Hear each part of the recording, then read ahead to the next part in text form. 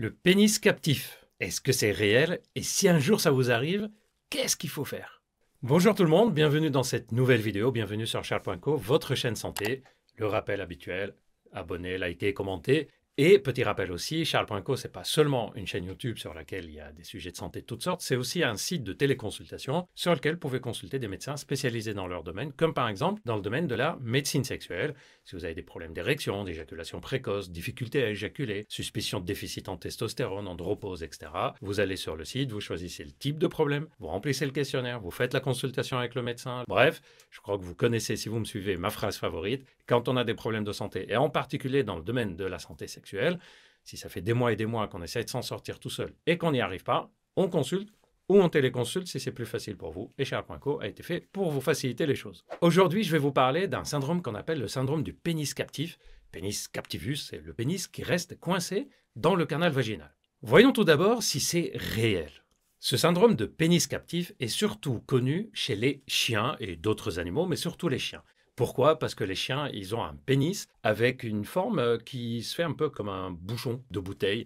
Donc en fait, c'est difficile à retirer en érection. Ils ont aussi des sortes de petites valves sur le côté du pénis pour pas se retirer avant d'avoir joui pour la reproduction. C'est pour ça d'ailleurs qu'il ne faut jamais, si vous voyez des chiens qui sont en train de s'accoupler, jamais leur faire peur, leur jeter de l'eau dessus pour qu'ils arrêtent ou quoi que ce soit. C'est hyper douloureux pour la femelle et pour le mâle. D'ailleurs, pour le pénis captif, on pense que ça pourrait surtout arriver chez les hommes qui ont la forme en tire-bouchon. Si ça vous intéresse, allez voir la vidéo que je vous ai faite sur les 7 formes différentes du pénis. Il y a un urologue qui s'est amusé à les classifier. Revenons au sujet. Le pénis captif est donc quelque chose plutôt connu dans le monde animal et en particulier chez les chiens. Et chez les humains alors? Il y a un cas publié en 1884. Ça remonte dans une revue américaine médicale, la Philadelphia American News. D'ailleurs, quand on lit le cas, on ne sait pas trop si c'est une boutade, si c'est une blague ou si c'est réel. Et il y a un autre article qui date, lui, plus récent, dans le British Medical Journal, qui est une revue médicale sérieuse, qui existe toujours, dans laquelle l'auteur rapporte les différents cas qui ont été répertoriés. Et là aussi, ça semble quand même très rare. C'est tellement rare qu'on se demande si c'est réel, si ça arrive vraiment chez l'être humain ou pas. Médicalement, ça pourrait arriver. Donc, on va considérer que c'est quelque chose qui n'est pas totalement un mythe, mais qui n'est pas non plus une réalité quotidienne. D'ailleurs, je me souviens quand j'ai fait mon diplôme de médecine sexuelle, le professeur qui nous expliquait les complications, les urgences sexuelles, je vous ai déjà fait une vidéo d'ailleurs sur ce qu'on appelle les urgences sexuelles, fracture du pénis, déchirure du frein, etc. et dans laquelle j'ai parlé du syndrome du pénis captivus. Bref, j'étais en cours et le prof nous explique que ça pourrait exister, le pénis captif, vous êtes des futurs spécialistes, donc il faut connaître ce truc-là, même si c'est très rare. Mon collègue et ami assis à côté de moi, il demande au prof qu'est-ce qu'il faut faire si ça arrive? Et le prof il répond faut envoyer un médecin à domicile. Et mon pote qui répond pourquoi c'est pas eux qui viennent? On va quand même pas envoyer un médecin à domicile pour ça. Et là j'ai regardé, mais tu es sérieux?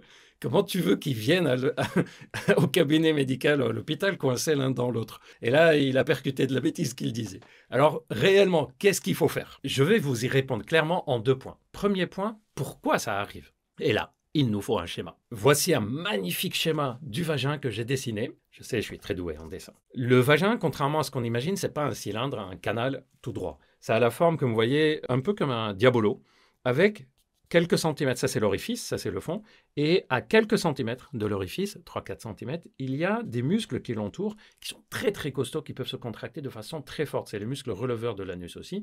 Ce sont ces muscles-là qui permettent aux organes de ne pas tomber, c'est ce qui permet de nous retenir d'aller à la selle, d'aller uriner, c'est ce qui entoure toute la zone pelvienne. Ces muscles-là sont donc très costauds. Et si ça se contracte très très fort, ça va fermer le vagin à ce niveau-là. C'est d'ailleurs ces muscles-là qui sont hyper contractés dans un problème sexuel féminin connu sous le nom de vaginisme, c'est-à-dire la pénétration quasi impossible ou douloureuse. D'ailleurs, ça serait une des causes du pénis captivus. Honnêtement, j'ai vu beaucoup de femmes qui ont un vaginisme. Je n'ai jamais vu une femme avec vaginisme chez qui c'est arrivé d'avoir le pénis captif. En fait, je pense que le pénis captif pourrait arriver non pas tellement dans le vaginisme, mais plutôt si, lors de la pénétration, il y a une douleur brutale à ce niveau-là, une pénétration qui a fait mal, un problème physique à ce niveau-là, un mouvement brusque, quelque chose qui est très douloureux d'un coup. Qu'est-ce qui se passe quand on a une grande douleur? Les muscles se contractent. Vous vous faites mal quelque part, le réflexe, c'est la contraction. Et donc, c'est suite à une contraction forte, c'est l'hypothèse, de ces muscles-là qui viennent donc se fermer. Qu'est-ce qui se passe sur le pénis? Il faut que je dessine. Le pénis est dans le canal. Ici, il y a une contraction. Ben, si on essaye de retirer, il est coincé. Et plus on essaye de retirer, et plus il va y avoir ce qu'on appelle un œdème, c'est-à-dire le pénis va se mettre à gonfler, il y a de l'eau qui s'accumule. C'est exactement comme par exemple quand vous laissez votre main tendue vers le bas ou quand vous comprimez au niveau du doigt, ça gonfle un peu. Et comme ça gonfle, bah forcément c'est encore plus difficile à retirer, puisqu'ici c'est contracté, ici ça gonfle, et on rentre dans un cercle vicieux. Plus on essaye de retirer, plus ça gonfle, plus c'est impossible à retirer, et plus ça fait mal, plus ça se contracte, et on tourne en boucle. Qu'est-ce qu'il faut faire? Rassurez-vous, médicalement, on se dit que c'est quelque chose qui ne va pas durer très longtemps parce qu'il y a toujours un moment ou un autre où les muscles se détendent. D'ailleurs, j'ai 4 conseils à vous donner si un jour ça vous arrive ou quelqu'un vous appelle et dit « Hé, j'ai ça, qu'est-ce que je dois faire ?» Première chose à faire, surtout ne pas forcer à se retirer.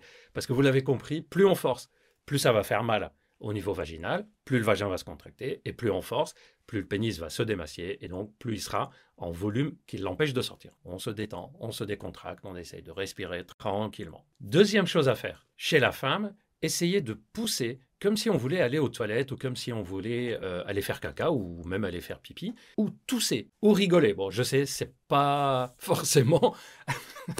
On n'a pas forcément envie de rire dans cette situation-là, même si là, j'en rigole. Mais pourquoi je parle de ça? Parce que le fait de rire, de tousser ou de pousser vers le bas, en fait, ça va faire une pression de haut vers le bas et ça va ouvrir les muscles. D'ailleurs, les femmes qui souffrent de vaginisme, on leur dit de pousser vers l'extérieur au moment de la pénétration pour ouvrir le vagin. Ça, c'est chez la femme. Et chez l'homme, essayez de ne plus penser à des choses excitantes. Bon, a priori, dans cette situation-là, on ne pense plus à des trucs excitants pour essayer de diminuer l'érection. Troisième chose à faire, c'est introduire un doigt dans l'anus de la femme, parce qu'il y a une sorte de réflexe, le fait d'avoir quelque chose qui s'introduit dans l'anus peut relâcher les muscles dont je vous ai parlé tout à l'heure au niveau du vagin, et donc ça peut faciliter l'extériorisation. Quatrième chose à faire, c'est vraiment dans les situations où ça fait 10-15 minutes, on ne s'en sort pas, c'est douloureux et on a l'impression d'être entré dans une boucle. Mais en fait, on va prendre un myorelaxant. Et c'est là où l'arrivée d'un infirmier, infirmière ou médecin serait utile. Myorelaxant, ça veut dire quoi? C'est des médicaments qui permettent aux muscles de se relâcher, voire un sédatif, c'est-à-dire on endort complètement la partenaire pour que les muscles se relâchent. Alors, pas complètement, mais voilà. Vous avez compris, le fait de relâcher par des médicaments, voire par des somnifères, en fait, ça va relâcher les muscles. Petite astuce, cherchez toujours à être bien équilibré par des micronutriments et en particulier avec du magnésium, puisque le magnésium est très utile pour le fonctionnement musculaire, et avec du zinc. Et si le sujet des micronutriments vous intéresse, je vous ai déjà fait une vidéo sur comment savoir si on manque de micronutriments. Ce n'est pas le sujet du jour, mais j'en profite pour vous en parler simplement parce que le magnésium, le zinc et d'autres oligo-éléments ont un rôle important dans le fonctionnement musculaire. Voilà, j'espère que cette vidéo vous a plu, que vous avez appris des choses sur le pénis captif. Dites-moi dans les commentaires si vous connaissiez, si vous en avez déjà entendu parler, quelqu'un dans votre entourage qui dit que ça lui est arrivé ou pas, si vous pensez que ça relève d'un mythe, comme on dit au début. Et dites-moi dans les commentaires si vous avez envie que j'évoque d'autres sujets de ce type, un peu plus rares, amusants, mais on apprend quand même des choses, comme par exemple sur les muscles du vagin et autres fonctionnements, les réflexes, du toucher rectal avec le vagin, etc. Je vous donne rendez-vous très bientôt pour d'autres vidéos. Prenez bien soin de vous. À bientôt.